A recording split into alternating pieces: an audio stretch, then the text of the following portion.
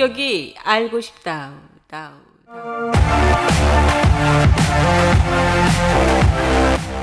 윤석열 후보의 이 걸어온 길을 보아도 그 피나는 가시덩굴 속에서 아주 강인한 생명력으로 버텨온 사례듯이 아주 곳곳에서 드러나는데요.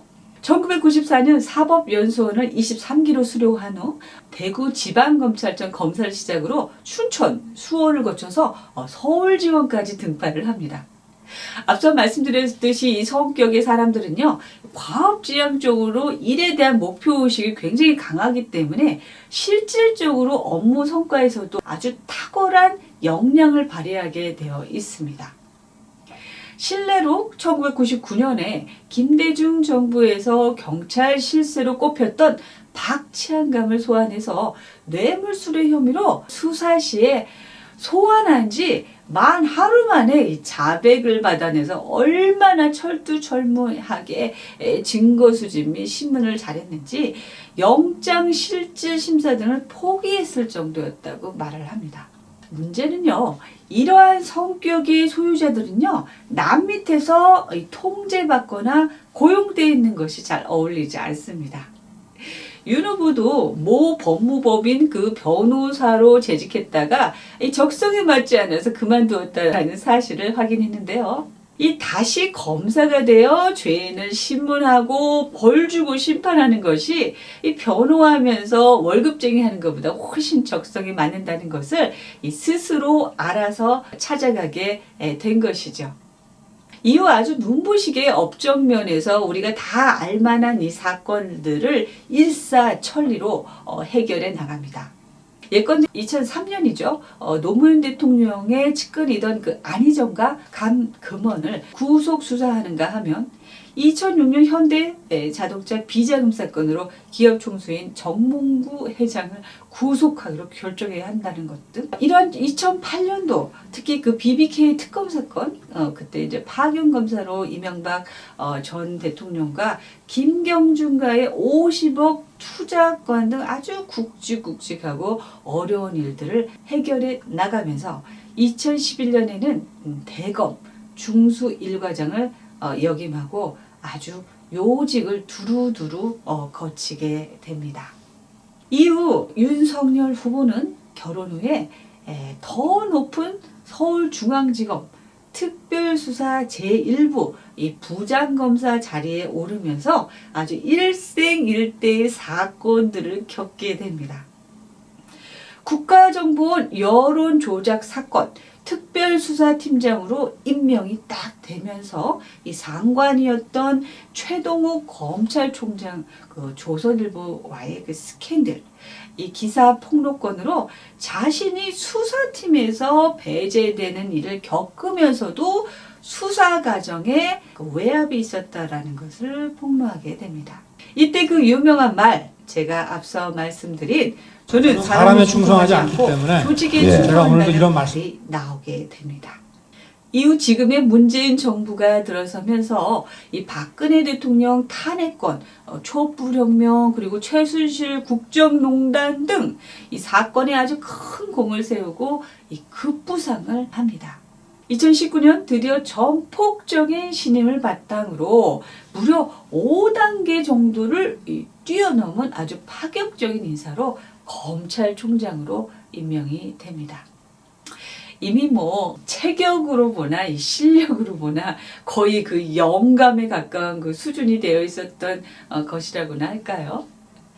그만큼 윤석열 후보가 매우 탁월했다라는 말이죠. 이때 그 문재인 대통령은 이렇게 말을 합니다. 살아있는 권력에도 아주 단호하고 엄격하게 수사하도록 독려를 했습니다. 그리고 이러한 사건에 윤석열 후보를 그 당시 적임자로 찾은 것이고 임명을 한 것이죠.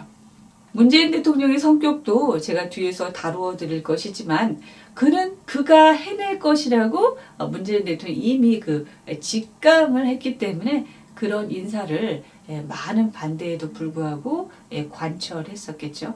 소위 고양이 목에 누가 방울을 달 것인가라는 아주 위급한 상황에서도 이 개인의 안위나 이익을 위한 것보다는 기꺼이 정의를 위해선 이 한 몸 바치겠다 이러한 그 소신과 의지가 드러나는 성격을 그대로 드러내 보이는 것입니다. 즉 이러한 성향의 결과를 가진 이 용감한 쥐는요. 무서운 고양이를 때려잡던가 고양이에게 물려 죽든가 그래서 장렬하게 전사하던가 아주 용감한 기치의 인물이었다라는 것은 말씀드리겠습니다. 자, 윤석열 후보의 이러한 사례들을 들려드렸고요. 이제 성격 진단을 내려보도록 하겠습니다. 이 윤석열 대통령 후보는요. 애니어그램 성격 유형으로 분석한 결과 짜자잔 짠 8번 도전가 유형으로 분석이 됩니다.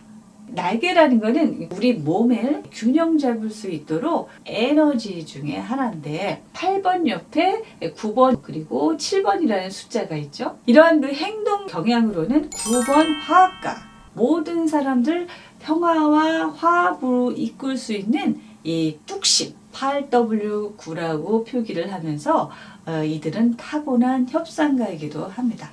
그 에너지의 이 근원은요, 그 본능에 충실해서 행동하는 유형으로 복잡하게 치밀하게 계획을 해가지고 또 감정적으로 생각하기보다는 본능적인 직감에 따라 먼저 몸으로 부딪히는 행동파들이라고 할 수가 있습니다. 이제 어떤 일을 할 때 어느 정도 숙지가 딱 되고 나면 리허설 같은 거 하지 않아요. 즉석으로 나와서 하는 그런 사람들의 특징입니다. 이들은요 타인들과 함께 힘을 쓸 때 내가 아주 살아있다라는 것을 느낍니다.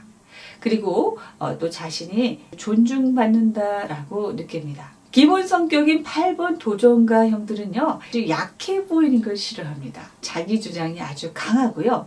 자신감과 결단력이 있어서 강력한 리더십을 발휘합니다. 이들은요 아주 정의롭고 또 약자를 보호하고 책임감이 강해서 이 선제 공격적인 면도 있으면서 다소 이 통제에 반항적인 그런 부분들이 있어요.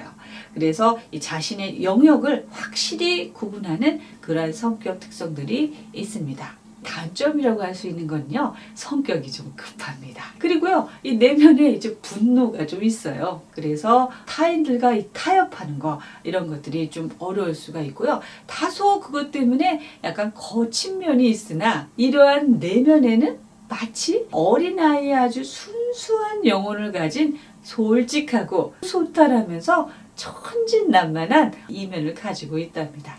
대표적인 인물 한번 볼까요? 마틴 루터 킹 목사 같으신 분, 영국의 윈스턴 처칠 같은 수상, 메가더 장군, 대부의 마론 브란도, 그리고 미국 전 대통령이죠. 도널드 트럼프, 그리고 기업가 중에서는 정주영 현대회장, 탤런트 주연 씨, 이덕화 씨, 최근에 트롯 가수 김호중 씨 같은 이런 분들이 8번 도전가로 들 수가 있습니다. 이러한 성격 자원을 바탕으로 최상의 수준으로 아주 건강하게 생활할 때 약자를 도우면서 그들에게 매우 존경받는 최고의 리더십을 발휘합니다. 이 영상을 보시면서도 아시겠지만 이 8번 도전가들이 2번 조력가로서의 에너지의 변형도 참고를 해주시기 바랍니다. 이렇게 이 어려운 난간을 극복하는데 최고의 힘을 쓰는 이들은요, 그럴 때 자신의 존재감이 드러나게 된다고 말을 합니다. 그리고 아주 건강한 수준에서는 힘을 쭉 빼고 편안한 미소, 즉 조력가의 도움주의자의 에너지를 쓰게 됩니다. 그러나 기본 유형인 8번 이 도전가의 성격의 강점은 밀어붙이다가 이 깨지고 망가져도 다시 일어나서 재건하는 복구력. 그의 성격 자본은 한마디로 말하면 복원력입니다. 상대 후보의 아주 네거티브한 그 살인 같은 공격 속에서도 오뚜기처럼 다시 일어나는 그 의지력과 생명력이죠. 며칠 전 저도 TV 토론 방송에서 윤석열 후보에게 모 후보가 정치 초년생이라는 맹비난 속에서도 눈 하나 꿈쩍하지 않은 굳은 심지, 뚝심, 그리고 또 솔직하기까지 합니다. 아니, 모르는 건 모른다. 그렇게 말하는, 정말 말할 수도 없이 공격당하는 가족들의 그 수모에도 이렇게 말을 해요. 죄를 지었으면 벌을 받고 공정하게 한다는 흔들림 없는 판단력. 그동안에 내노라 하는 그 유명 인재들도 이 거친 정치판에서 호기에 차서 열정적으로 시작했다가 뒷공문이 치거나 뜯기고 뭉개져서 자이든 타이든 포기하고 말았던 사례들이 많이 있잖아요. 그런데도 이 정치 초년생이 그 험난함을 다 해치우면서 온 그 하나의 정신만으로도 그가 얼마나 큰 사람인지 알 수 있는 성격이라는 것을 입증하는 것입니다. 이번에 소개하고 있는 이 대선 후보 성격 분석 시리즈는 애니어그램이라는 성격 도구를 기반으로 하고 있습니다. 그 애니어그램에 대해서 소개를 드리면서 마치겠는데요. 이 애니어그램은요, 그 역사가 약 4,500년 정도로 고대의 지혜가 이 현대의 심리학을 만나서 탄생한 인간의 9가지 성격 유형론이라고 말할 수가 있는데, 첫 번째 특별히 다른 점은요, 이 애니어그램은 그 성격의 특성과 장단점의 원인이 되는 내적 동기를 알 수 있다는 거예요. 두 번째, 이 애니어그램에서는 이 성격이 잘 변하지 않는다라는 것입니다. 변하지 않기 때문에 인간의 행동을 예측할 수 있답니다. 그래서 성격은 인간의 운명을 결정한다라고 하기도 하는데요. 자, 그럼 우리는 이 애니어그램에서 무엇을 배워야 할까요? 제가 지금 감히 우리나라 대선 후보의 성격에 대해서 말씀드리고 있는데, 최근에 다른 성격 도구들을 통한 대선 후보들의 성격 분석 사례를 보면요, 애니어그램을 통한 성격 비교가 매우 의미 있는 일이라고 생각이 되었습니다. 다만 직접 면담을 통해서 검사가 어려워 각종 미디어와 자료, 이 관련 서력들, 사회활동, 이런 이력 등을 통해서 관찰을 통한 분석이라는 것을 참조하시기 바랍니다.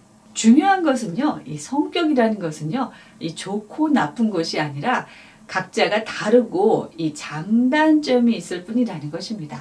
그것은 사람의 이 정신적인 건강도에 따라서 이 좋은 성격과 나쁜 성격으로 나타난다라는 것입니다. 우리는 자신의 정신적 건강도를 잘 관리함으로써 우리 성격의 장점을 발휘할 수 있다라는 것입니다. 이 성격의 장점을 발휘해서 성공적이고 행복한 삶을 살 수 있다라는, 이것이 애니어그램에서 얻을 수 있는 지혜입니다. 저는 최근 성격이 자본이다 라는 책을 내고 그 말을 미국의 상표 등록까지 마치면서 남은 기간 동안 대선 후보들에게도 건강도를 잘 유지해서 자신의 장점, 성격 자본을 잘 활용하신다면 좋은 성과로 연결될 것이라고 믿어 의심치 않습니다. 자, 그럼 류 교수의 성격이 알고 싶다 이제 마치도록 하겠습니다. 시청해주신 여러분 감사합니다. 고맙습니다. 안녕.